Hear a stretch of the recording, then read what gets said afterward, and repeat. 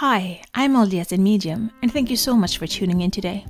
I want to try to bring religion and spirituality closer together, and this is what this pod is all about.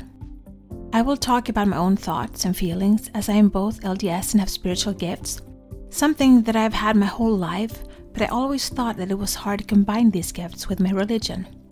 This has torn me into two directions, and I have talked to many people who feel the same way. I can't choose not to have my spiritual gifts, but I can choose how I use them. And I always want to use them for good and to help others.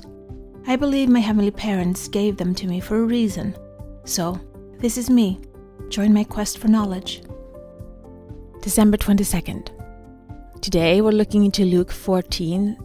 The parable is Luke 14, 7 through 14, but I want to start at verse 1. One Sabbath when Jesus went to eat in the house of a prominent Pharisee, he was being carefully watched. There, in front of him, was a man suffering from abnormal swelling of his body. Jesus asked the Pharisee and experts in the law, "Is it lawful to heal on the Sabbath or not?" But they remained silent. So taking hold of the man, he healed him and sent him on his way.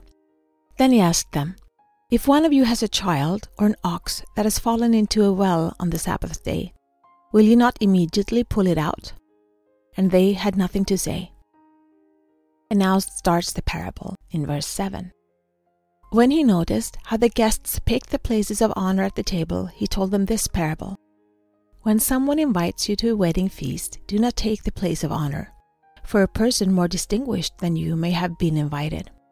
If so, the host who invited both of you will come and say to you, "Give this person your seat." Then, humiliated, you will have to take the least important place. But when you are invited, take the lowest place, so that when your host comes, he will say to you, "Friend, move up to a better place." Then you will be honored in the presence of all the other guests. For all those who exalt themselves will be humbled, and those who humble themselves will be exalted. Then Jesus said to his host, "When you give a luncheon or dinner, do not invite your friends, your brothers or sisters, your relatives or your rich neighbors. If you do, they may invite you back, and so you will be repaid. But when you give a banquet, invite the poor, the crippled, the lame, the blind, and you will be blessed. Although they cannot repay you, you will be repaid at the resurrection of the righteous." The first verses is Jesus knowing that they are watching him to catch him going against the law. And yet, even though he knew it's a trap set up for him, he still goes to try to teach them. That is how important everyone is to him. The parable taught in verses 7 through 11 is to humble ourselves, to not think that we are higher than others, to not go in and take the best seat at the table and risk being humiliated when being asked to change seat.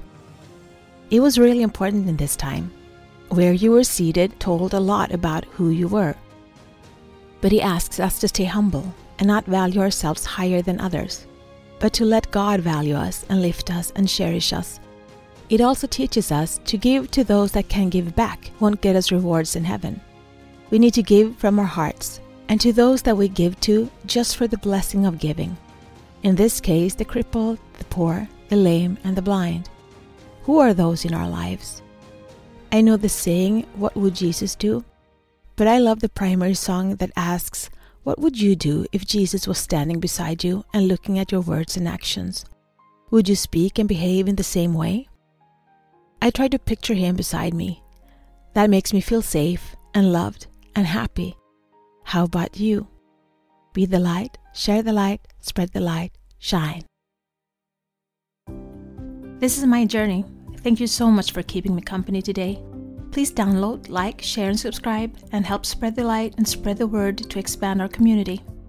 Let's bring more love, peace, and unity to this world.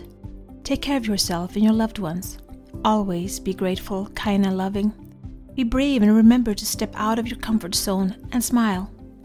If you support us on Patreon, you will get access to our meditations and extra materials so you can download them as MP3. Also, we now have a Facebook group, which you can access from our Facebook community.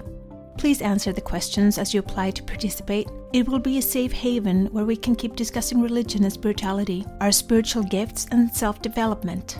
Remember, one person can make a difference, but together we can change the world.